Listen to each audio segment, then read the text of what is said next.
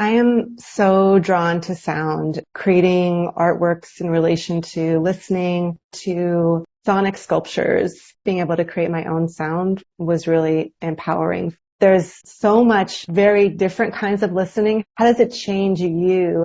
This full body listening experience. Listening really creates a flexibility and a fluidity neurologically. By practicing this listening, you practice a fluidity of opinion, being able to change your mind, being able to transform yourself and hear your own voice. We either have to recognize that we're connected and we affect one another and we have to work together, or we will perish.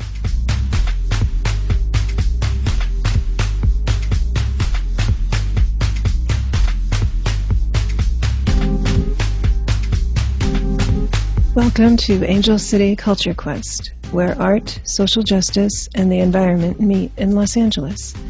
I am your host, Melina Paris, and I welcome you to this episode.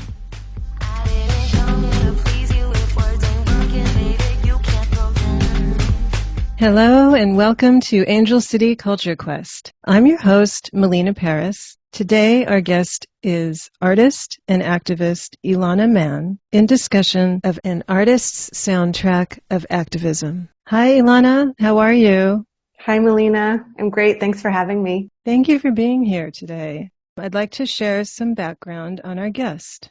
Elana Mann is an artist and activist who explores the power of the collective voice and the act of listening through sculpture, sound, and community engagement. Since 2014, she has created sonic sculptures that are designed to be used by musicians, audiences, and activists alike. In her artwork, listeners become performers, protests become musical, and music becomes protest. Elana has presented her work in museums and galleries and public spaces in the U.S. and globally. Her recent solo exhibitions have taken place at 18th Street Art Center in Santa Monica, Lawndale Art Center in Houston, Texas, Art Pace in San Antonio, Texas, Pitzer College Art Galleries in Claremont, and Commonwealth and Council in L.A. She has participated in group exhibitions and screenings at the Museum of Contemporary Art La Jolla, the Orange County Museum of Art, and the Hirshhorn Museum. Elana has been commissioned to create public projects by the Museum of Contemporary Art, Los Angeles, Montalvo Art Center, and the Getty Villa. Along with John Bertle, Elana co-edited Propositional Attitudes, What Do We Do Now?, followed by a book performance tour at the Museum of Contemporary Art Chicago and Los Angeles Contemporary Exhibitions. Elana has received numerous awards, including an International Artist in Residence at Art Pace, San Antonio,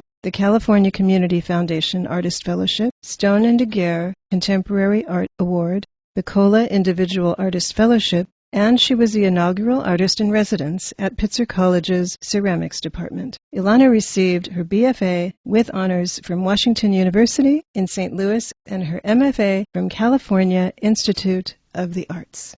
Indeed, Elana, you have accomplished so much. One look at your website is testament to this. One can spend hours absorbing it, from your projects, writings, videos, and poetry, to your thoughts on social justice and the power and agency we have as people. In exploring your site, my initial thought was that you could be an educator. So, getting to your artwork, within most of it, there's an element of sound. Yet, as a younger artist, you said this was confusing to you when you were in grad school. Then a connection revealed itself. It was your Jewish culture. Can you talk a little bit more about that?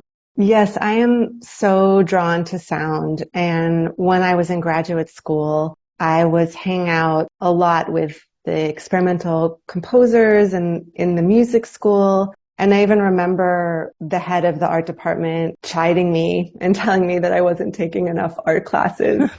And I was always just so curious about that because I'm not a trained musician. I have no formal musical background. And yet I was just wanting to be immersed in sound. And so I didn't really understand that. As I've just been working in sound and creating artworks in relation to listening, I've realized that so much of that interest comes from my early childhood. Mm-hmm. And being Jewish, you're immersed in oral and oral culture from a very young age. Judaism doesn't have a visual culture of its own. It has Hmm. no native visual imagery in the way that Christianity does or other cultures do. And so my early memories were really formed by these oral traditions and this world of sound. That's really interesting. I hadn't actually considered that about the visual culture. It's kind of remarkable because you just imagine, or I've imagined when I think of Judaism, the Torah, but Mm-hmm. it's a book. It's not so much a visual, you know. But that's really interesting. Now, how do these oral traditions have a connection to your rattles? It's a great question. So I've been making folk instruments for the past, I don't know, 6 or 8 years. They're sonic sculptures and they really relate to Jewish ritual objects, but I'm not making them with that relationship in mind. It's always something that I realize afterwards. But I had this idea to make rattles because I was going to protests and I have a really quiet voice, and protests are these incredibly difficult sonic spaces where there's a lot of street sound. There's often helicopters. There's people chanting and yelling, and there's Yeah. sometimes counter protesters. And so I wanted to make a sonic sculpture to bring with me that I could just put in my bag that would allow me to make my own sonic space in that chaos. And I was also pregnant with my second child at the time. So I think Wow. subconsciously too, I was thinking about all the rattle play that I was going to be doing with my daughter when she was born. Rattles are really important to babies and their development. And, rattles, maracas, shakers, they're an instrument that is really cross-cultural, and they've been used for millennia in different rituals and different spiritual settings. In Judaism, there is a type of rattle called a grogger, and you play this grogger during Purim. And Purim is a holiday where there is this villain, Haman, who wants to kill all of the Jews. And you read a story about him during the holiday. And when his name is read out loud, you play a grogger to drown out his name. So it's kind of a protest instrument in a way, because you're Yeah. just protesting this villain and this evil man. And so once I made my own rattles, I realized, oh, I'm making my own version of groggers. And I made two at first. I just made one that said no and one that said yes. And I started bringing them with me to street protests. And I just had such a great experience playing them, and people around me would be so enthusiastic about them that I thought, oh, maybe I should bring this more into my art practice rather than these personal objects and Hmm. explore these ideas further, because I think there's something there to figure out. Yeah. Before you said it took on a life of its own. Yeah, it really did. I started making them, and now I've made over 70 of them, and I've been gathering people to play them on the street.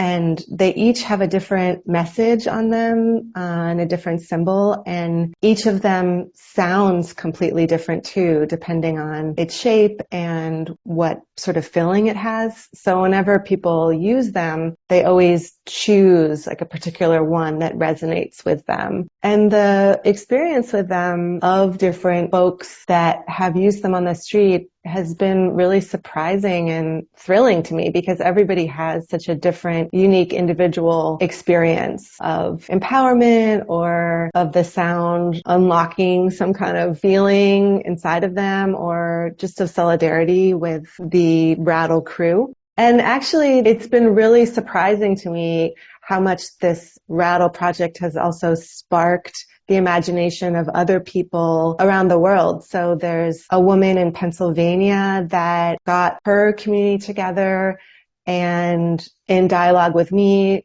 has made her own version of the rattles, and her community has made rattles. She's a potter, so they look completely different than mine, and they have very different messaging and different sounds to them. And she's started bringing them to protests and also selling them as a way to raise money for abortion access. And now I'm in dialogue with somebody from Spain who wants to create a rattle project with people there and play them during International Women's Day in March. So it's been such a thrill and also kind of a surprise that this idea that I see is really simple has really resonated with a lot of people. Yeah. I can understand that. Like you said, it resonates. I remember seeing the woman on your Instagram who was from Pennsylvania, was inspired by your rattles at the protest. And so it carried on over there. And it's great to hear that it's spreading around the world and it's fortifying the right to choose. It's wonderful. And now you said being at the rallies, it's a wild place. So some of them have broken, but you said that the rattles are engineered to be as strong as possible in the way you make them. And some of these rattles say change, choice, no, and yes, we, rage, help,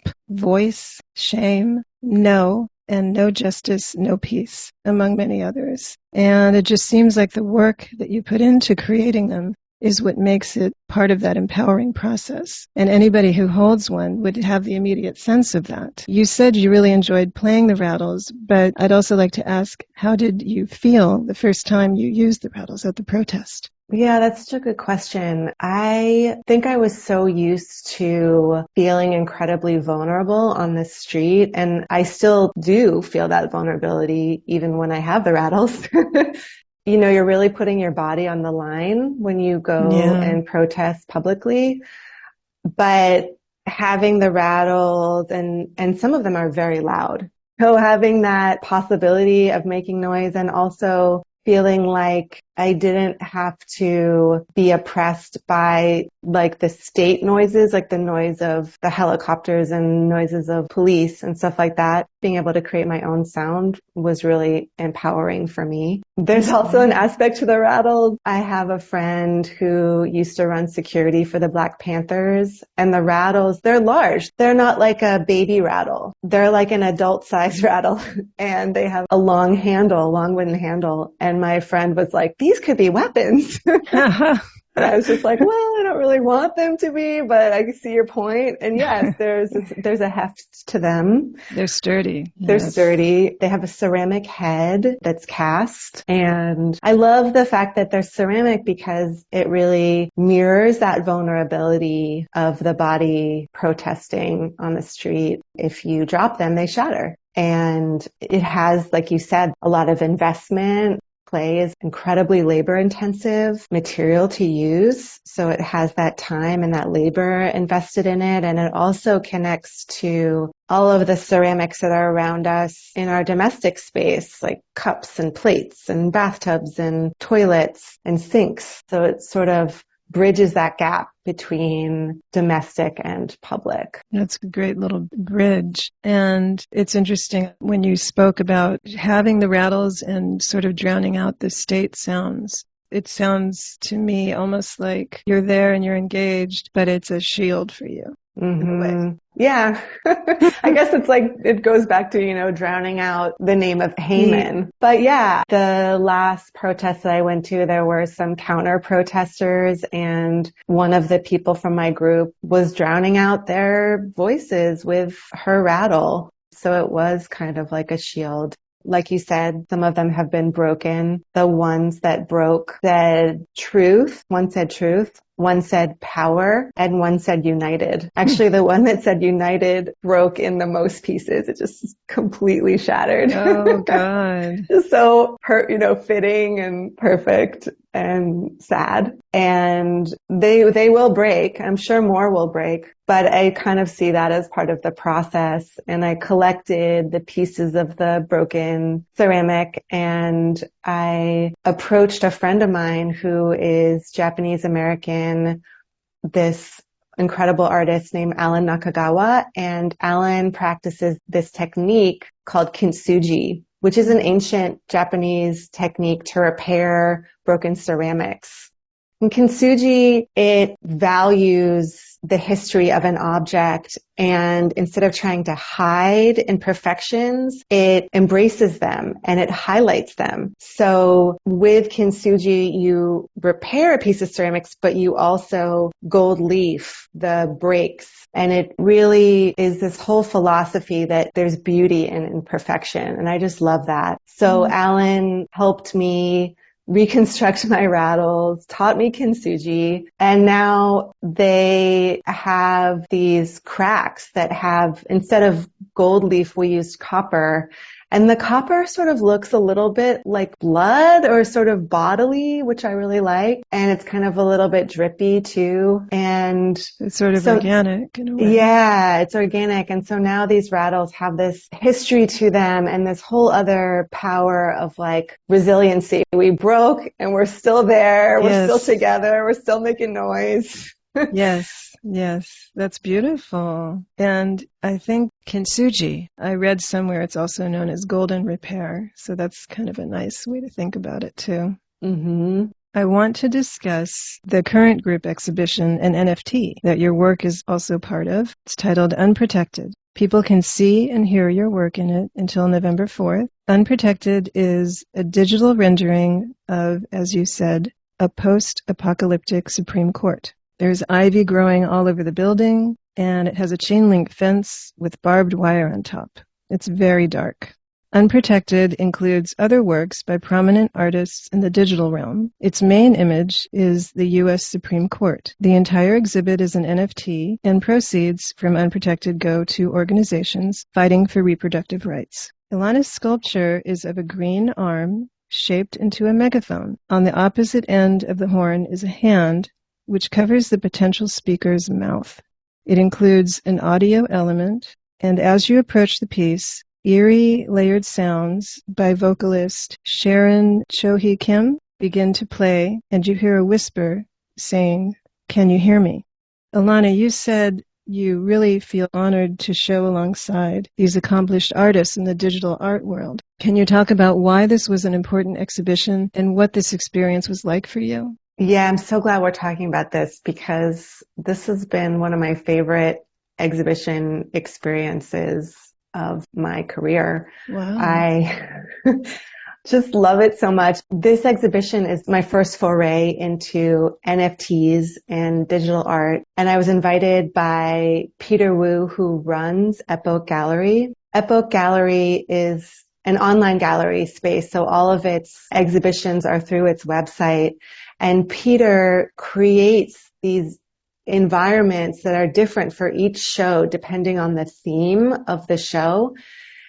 And viewers go to this website and they navigate through this digital space and interact through digital artworks.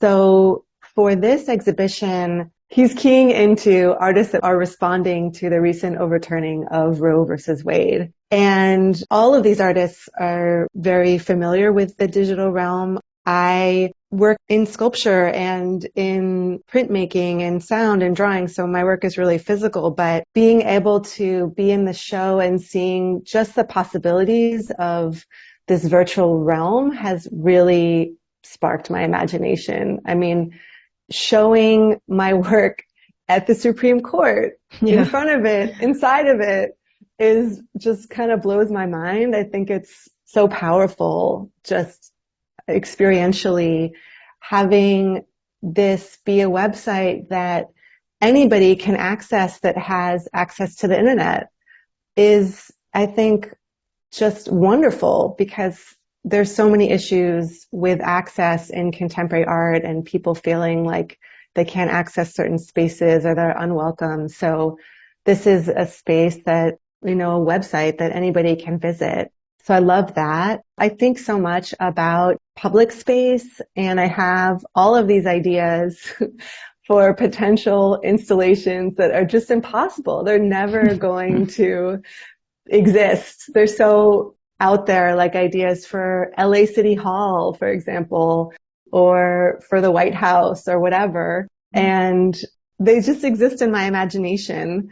But using this kind of digital format allows me to think about ways to have my ideas exist in the world rather than just in my mind.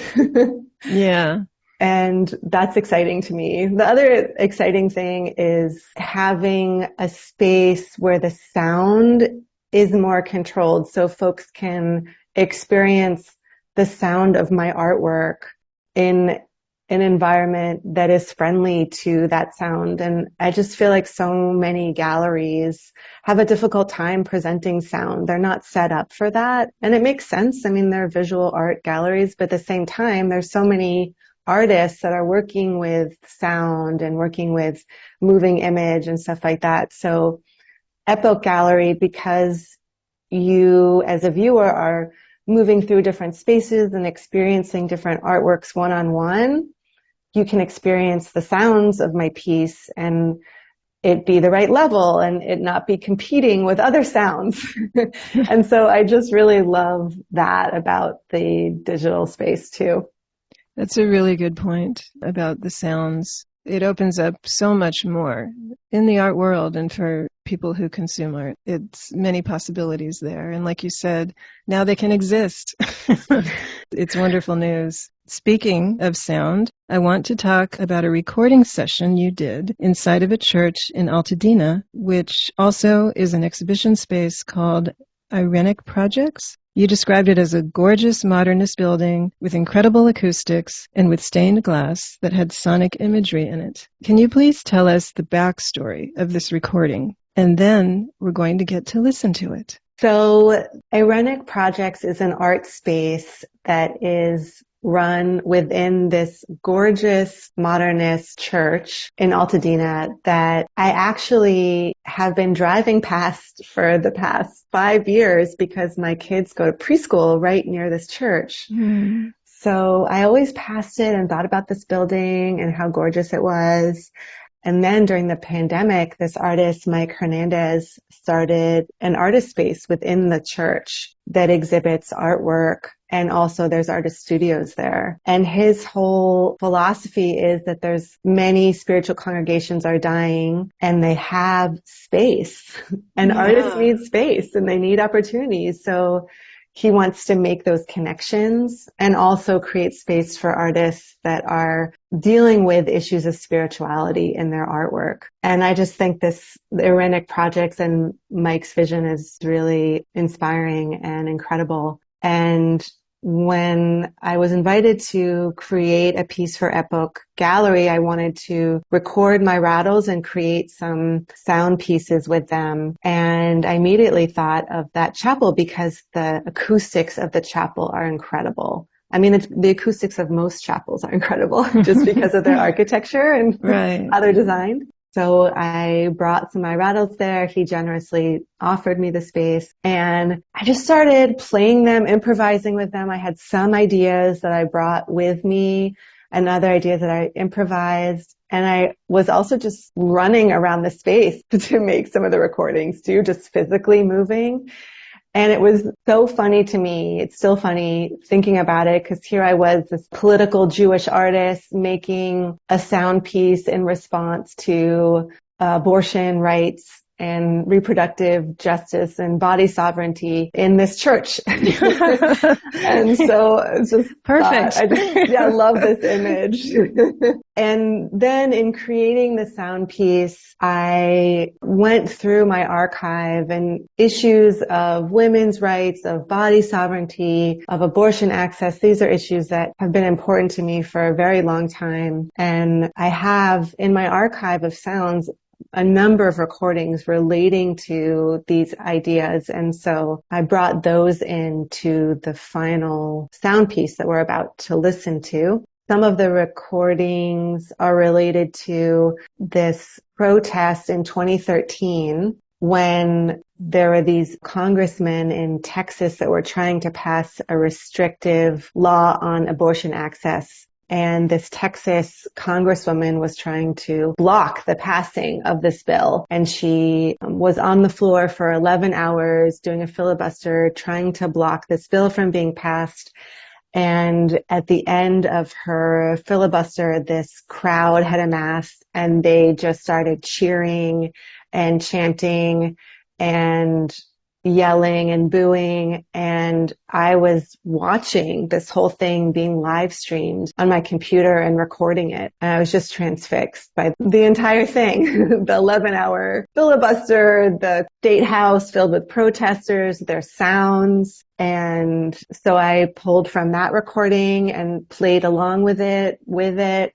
And then also there is a recording in the sound piece that I made in 2017 from a International Women's Day March. And it's a text by the Black activist Assata Shakur. And there's sort of a call and response part. So I don't know which part of the sound recording you're going to play. So it has rattle sounds. It has the sounds of this protest from 2013. It has the sounds of this march from 2017. And it's called Rattle Watch. Yes. Let's listen to it now. An amazing recording.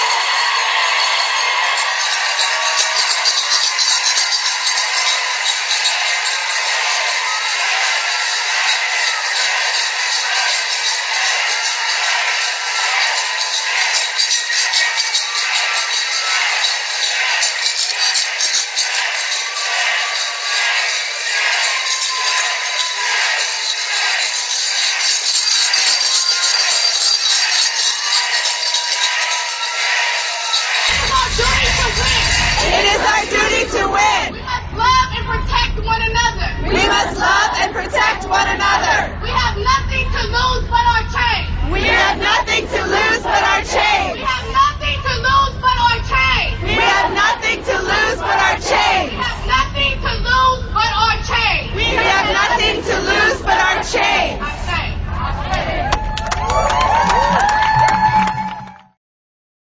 That was wonderful to hear. Thank you for sharing it with us, Elana. It's an amazing recording.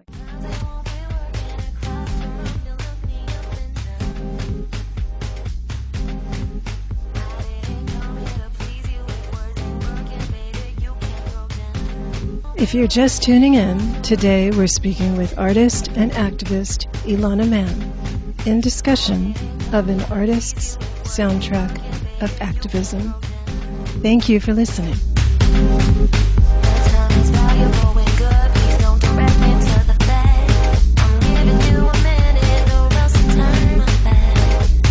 Hello, culture lovers. This is your host, Melina Paris. For several months, we have been bringing you inspiring guests along with stimulating content about their work. As with anything, there are costs to keep this podcast going. So if you're able, join me in this quest with your support. Think of it as a cultural tip jar to share any amount that you're comfortable with. Or you can make a regular offering with as little as $4 a month.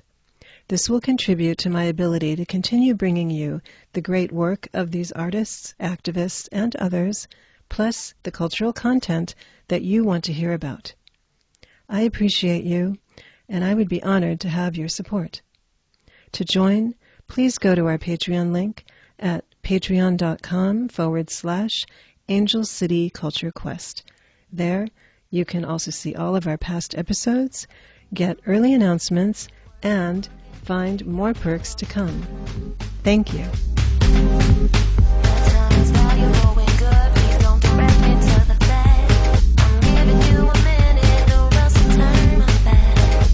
Now I want to talk about your works on paper. They're very important because besides being visually striking and curious, they provide a sense of history and of justice. You work in prints, drawings, posters, and collage. You said with collage, by using imagery that you make or find, you can play with your ideas of listening or sound or politics. Now this is materializing into the beginnings of a compelling collage piece for the Public Defender's Office, commissioned through the County of LA.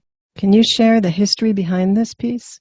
Yes, I was so excited when I saw this opportunity because the Public Defender's Office in LA County is the first one in the whole country. And it was started by the first woman lawyer on the West Coast, Clara Shortridge Fultz. Now, Clara Shortridge Fultz is this just absolutely amazing, incredible, powerful person. She was a single mother of 5, and despite many efforts to stop her from becoming a lawyer, she persevered, started working as a lawyer, and was a very active suffragist as well. And she had this idea where she really felt like people that were accused of a crime constitutionally deserved a defender provided by the government. She felt like that was their right.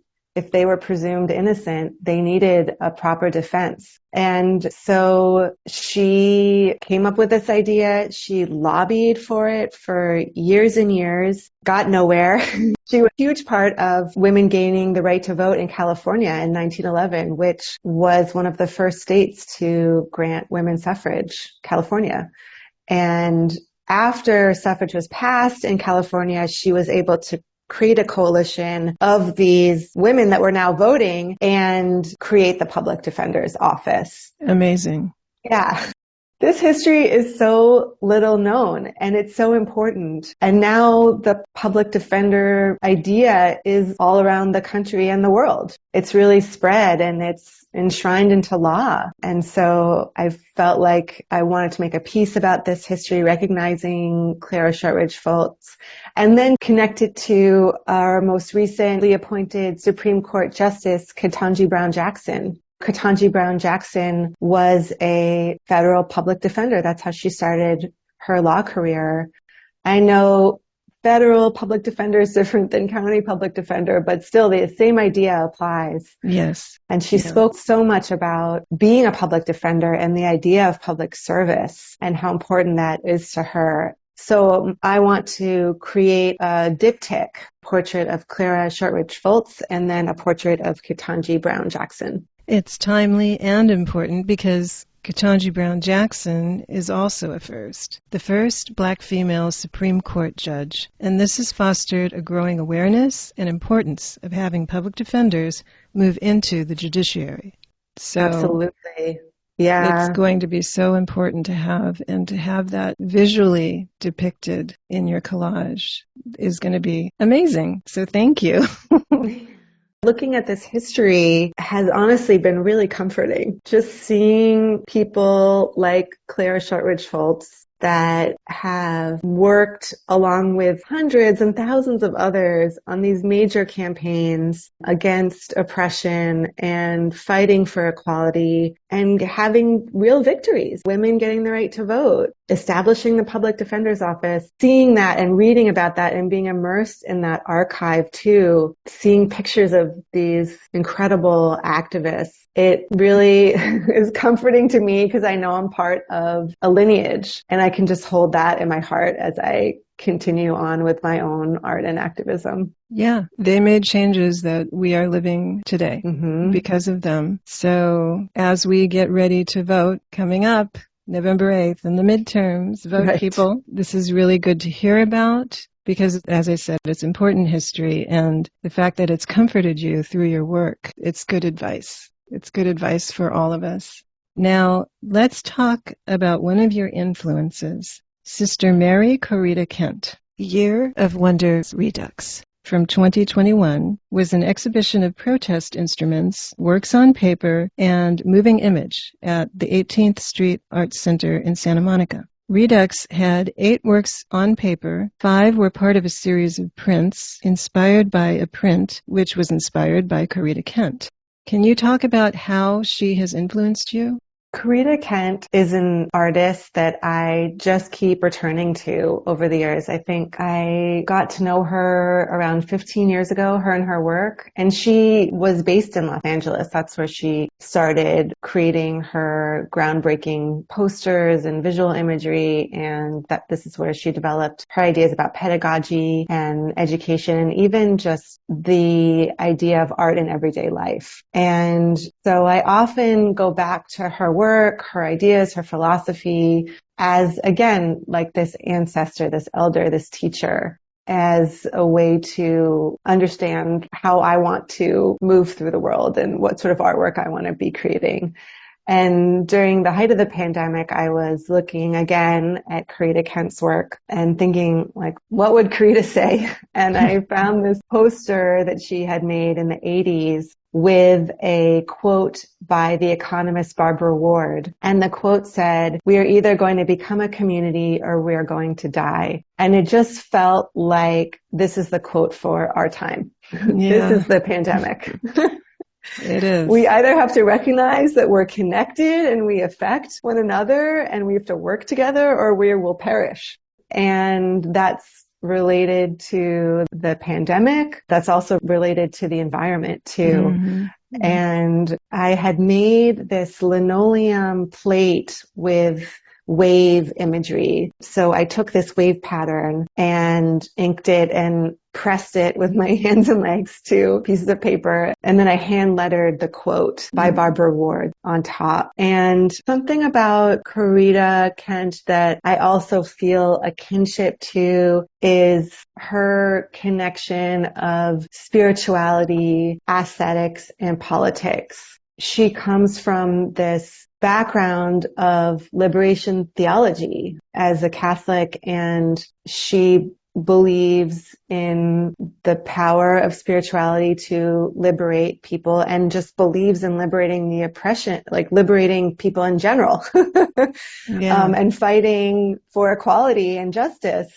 And I come from that spiritual background too. I come from a sect of Judaism that was very political. It's called Reconstructionists, and Reconstructionism is based on humanism and feminism. And so I know that a lot of people's experiences with spirituality is not related to liberation, and that for most people, liberation and religion don't go together. But for me, they did, because I saw people in my congregation working towards women's equality and working for healing of the world. And those tenets were a really important part of my spiritual community. So I feel really lucky that I had that, and not the opposite of like religion is trauma, religion is oppression.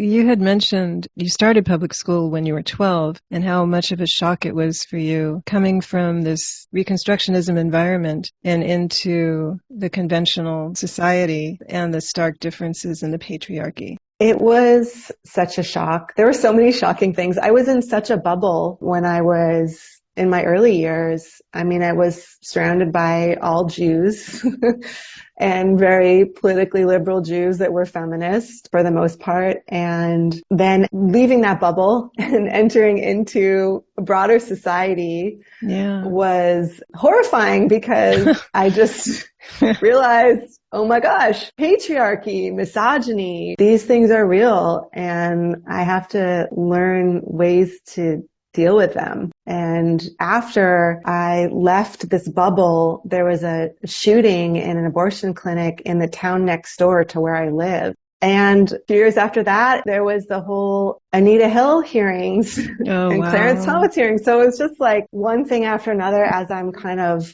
becoming like a teenager and gaining my own independence, and then just seeing this world of like racism, sexism, misogyny, environmental destruction around me, and realizing that, you know, there's a lot of work to be done. Yeah, but you had these tools from your early upbringing. So what a gift. I mean, that's amazing. It's definitely an awakening. And the tools that you were given have served you very well. Yeah, no, definitely. I mean, I feel really, again, just so fortunate that I was brought up in that environment. It sounds wonderful. Humanist and feminist. That's great. Now, there's also a print in Year of Wonder Redux called Self-Portrait as Radical Empath from 2021. That was inspired by an idea you had during the Occupy protests when folks were using the People's Mic, which you called a full-body listening experience. Can you talk about that print and the People's Mic for us? Sure. So the print is based off of a drawing that I made of a sculpture that I wanted to create. And I use drawing a lot to work out ideas of sculptures or other kinds of installations or whatever. And some of those ideas never get made and some of them do. This one has yet to be made, maybe someday, but my idea was that it would be a bust of somebody's head, a cast of their head, and their mouth would be open and the back of their head would be attached to the bell of a trumpet or tuba or sousaphone. So a giant bell would be emerging from the back of their head. And there would be a channel connecting the person's mouth to the bell, like an interior channel. And so it would kind of work like a megaphone, but a megaphone incorporating ideas of desire of other bodies, encounters with other bodies, because you would have to press your mouth or put your mouth on top of or inside or around the mouth of the sculpture in order to have your voice be amplified. I got this idea from this technology called the People's Mic. The People's Mic is a protest technology that's been used for decades, and it's a way to amplify a speaker's voice when there's no electronic amplification. And so a speaker talks and they're surrounded by a crowd, and then all the people that can hear them repeats what they just said. And not only do they repeat it, but they have to repeat it in concert with the people around them so that the people behind them can hear what the speaker said. And it kind of moves in waves through a crowd, depending on how large the crowd is and how big of a space it is. And this technology, it still just fascinates me for so many reasons. Number one, you have to listen really well. You have to listen so well to what a speaker is saying, and then you have to listen really well to the voices around you so that you're in tune with them, and then the people behind you can hear what the speaker said, that they can understand you. So there's so much very different kinds of listening happening, and also you are repeating the words that somebody's saying, so you're taking their voice and making it your voice, like you're using your body and your voice to amplify somebody else's voice. And I just really am so compelled by that. And I just think, like, what is it? How does it change you and your body by saying somebody else's words? This full body listening experience. I think a lot about listening because it's such an important political organizing tool, and it's so critical to empathy, to real debate and disagreement. And I believe in both. I believe in empathy. I believe in disagreement. Those things together really provide a basis for transformation of your own interpersonal relationships, your relationships with your community, your family, and also transforming society. Listening, it really creates a flexibility and a fluidity neurologically, because you have to hear what somebody else is saying and also simultaneously hear your own voice and sort of balance between the two. What is that person saying and how am I responding to their words? And not getting stuck in either one, not getting stuck in your own response or not getting stuck in another person's words or ideas or feelings or whatever. So I feel like by practicing this listening, you really practice a fluidity of opinion, of being able to change your mind, being able to transform yourself or really hear what someone else is saying. That's important. You can understand whether you agree or not. Yes. And why? What is it inside of you that's being triggered, or like what memories, what early experiences are coming up for you? You can shift between like inside and outside, back and forth. The fluidity, exactly. And you had two more works that have to do with social justice. A gavel with megaphones, and an image that you found of an aeolian tone. Can you tell us about those?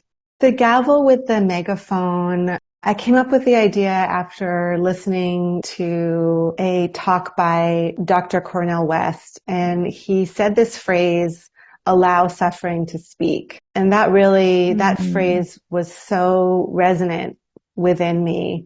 And I thought about a gavel, the symbol of justice, with megaphones. And I thought a lot about the impediments to justice and also how to create justice, to have justice be heard.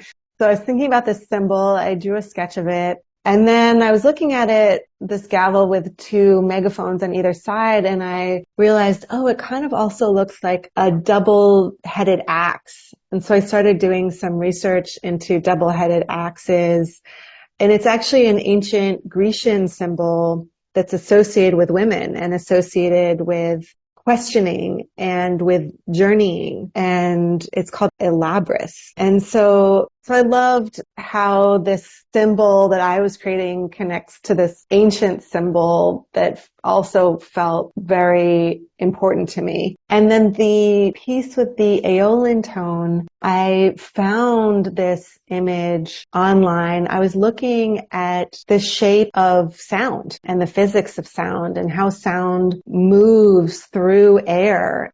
As it's moving, as these vibrations are moving through air, the kinds of forms that it makes. And so many of these forms are spirals and circular, and they kind of mimic even the interior of our ear. So I was looking at these spiral images and I found this aeolian tone, a picture of it. Some tones we can't even hear with our own ears, but an aeolian tone is a tone that we hear when a force of air is being projected against a blunt object. So it's when a gust of air is hitting a power line and this aeolian tone is created. And it's these vortexes. It looks almost like a hurricane, like a vortex street. Wow. And when I was looking at these shapes, I was thinking to myself, these shapes really remind me of social movements. There's something that happens, there's a person, a moment, a group, a incident, and then there are these spirals that come out from it. Yeah. And also that form really was reminiscent of this sculpture that I was working on called Our Work Is Never Done, Unfinished Business. And it is a 6-person protest horn. It's 10 feet long, and 6 people speak through the horn, and it Wow. amplifies their voices. So this Aeolian tone with these nodules really reminded me of this sculpture that I was creating. A 10-foot long horn. That's amazing. And you said that you're finally going to get to activate that horn for the first time in January. It's been exhibited, but you're going to activate it next year.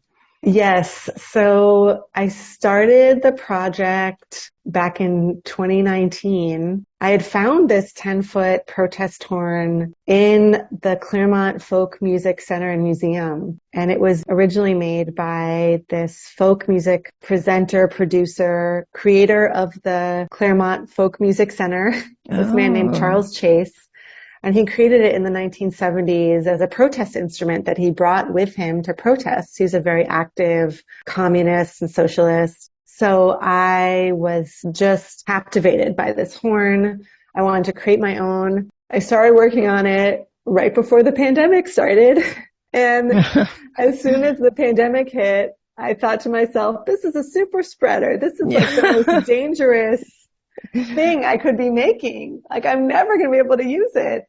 And, time passed. There was this incredible, movement for racial justice that we saw happen in the summer of 2020. And I felt like, okay, I can finally finish this horn. And I eventually finished it, but I still didn't feel super safe using it. And now I feel like it can finally be used where a lot of people are vaccinated. The pandemic is still around and it's still dangerous, but safety measures in place. Yeah, there's a lot of safety measures in place, and we know how to be safe, or we try our best to be safe. We know the best practices.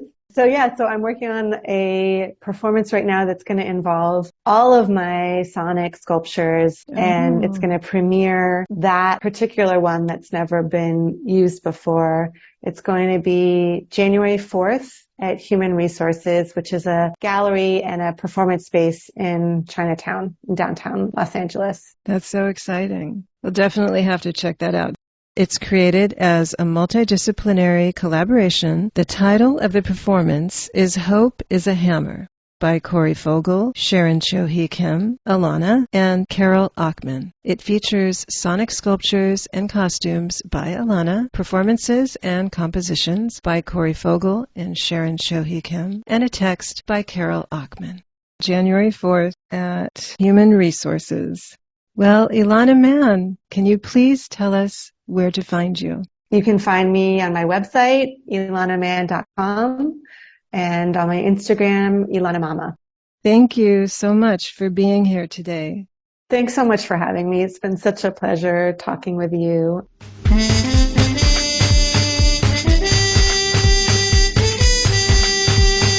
Thank you for listening. If you enjoyed the show, please rate and recommend on iTunes, Spotify, or wherever you get your podcasts.